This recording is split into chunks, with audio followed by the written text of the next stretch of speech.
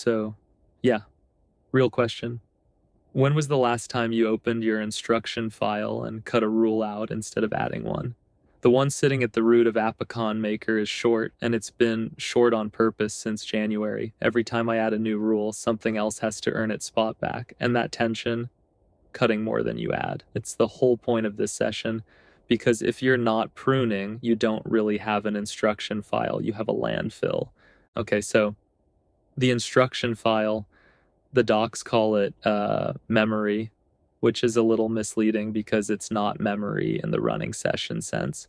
It's not something the agent remembers across runs on its own. It's a file you write. And at session start, Claude reads it and loads it into the window as a user message right after the system prompt. That's the mechanism.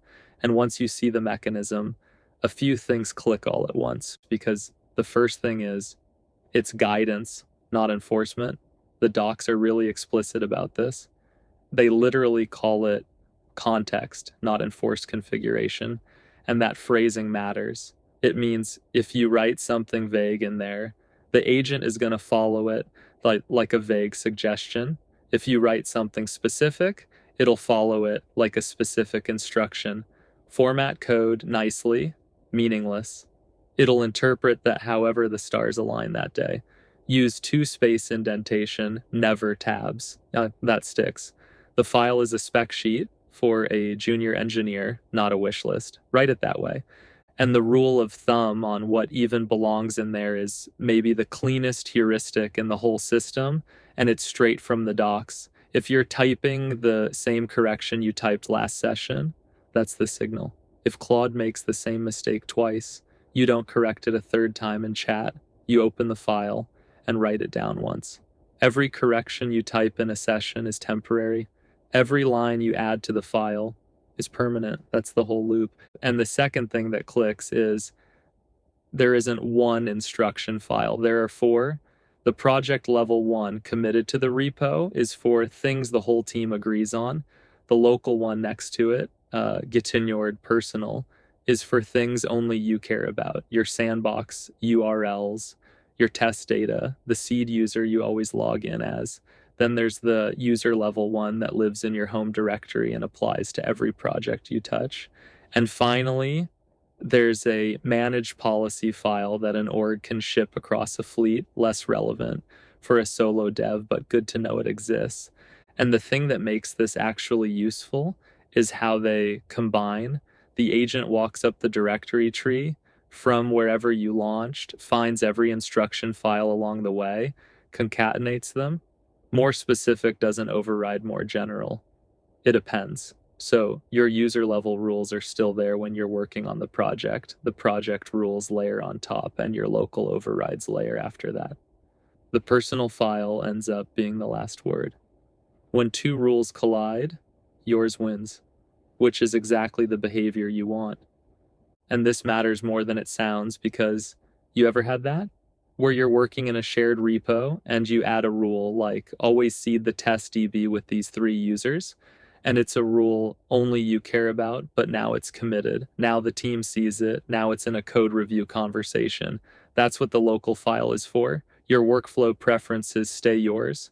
The team's rules stay shared. Nothing leaks. And even as a solo dev, split them anyway. I'll come back to that. Okay, third thing, and this is the one most people get wrong. The file is way too long. The docs suggest keeping it under roughly 200 lines, and honestly, that's generous. Every line in there fills the context window at every session start. If it's 400 lines, that's 400 lines of tokens the agent is carrying before you've even typed the first prompt. And adherence drops as the file grows. Same reason a 50-page onboarding doc doesn't actually onboard anyone. So treat the file like a spec sheet, short sections, specific rules, markdown headers to break things up, bullets where bullets make sense, 1 line per rule. And when a section starts getting long, the architecture notes, the API contracts, whatever, pull it out into its own file. There's an import syntax that lets you reference another file by path, and that file gets expanded in at launch. So the instruction file itself can stay tight, 80, 100 lines, and still pull in a deep rules file, a decisions log, the README, whatever you need. You're giving the agent a table of contents, not an encyclopedia. And if you're starting from scratch on an existing project, there's a bootstrap command that reads the code base and drafts a starting version of the file. It's not magic. It's going to give you something generic that you need to sharpen. But for a solo dev picking up an old repo, it's faster than staring at a blank file. Refine from there. And the last piece, this is the one that ties directly back to where we left off last session. Context is the resource. Context fills up, and the instruction file is the first real lever you pull against that. Because when the window gets full, the thing most people reach for is the compaction command. It rolls the conversation up into a summary and frees up the window. But the instruction file survives that. It gets reread from disk and re-injected every time. Anything you told the agent in chat is gone after a compaction. Anything in the file persists. Which is why, real talk, this file is probably the single highest leverage thing you own in your setup. It's the difference between the agent showing up sharp in a session and the agent showing up sloppy. If you've been burning context in every session, re-explaining things you explained yesterday, this is where that stops. And I'll tell you how I actually work with it. I prune more than I add. Every time I close out a long week on Apicon Maker or Symbolcraft, I open the file and ask, did any of these rules actually fire this week? Did Claude hit any of these landmines? If a rule's been in there for a month and I can't point at a moment where it mattered, it's gone. Files rot, rules go stale. Something that was load-bearing in January might be irrelevant in April and just eating tokens for no reason. The file gets better when you cut more than you add, which is, yeah, why I opened this session talking about cutting. And the one more thing, split the team file from your personal one, even if you're a solo dev. I know that sounds redundant, but the discipline of asking, is this a shared rule or a me rule every time you add something, that forces you to think about what's actually project intent versus what's just my preference. And the day you bring someone else in, or the day you open source the repo, or the day you move the project to a different machine, that split already did the work for you.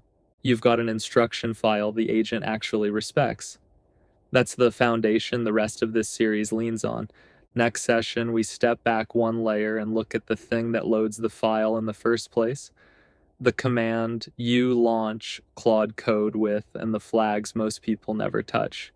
Keep crafting. Peace.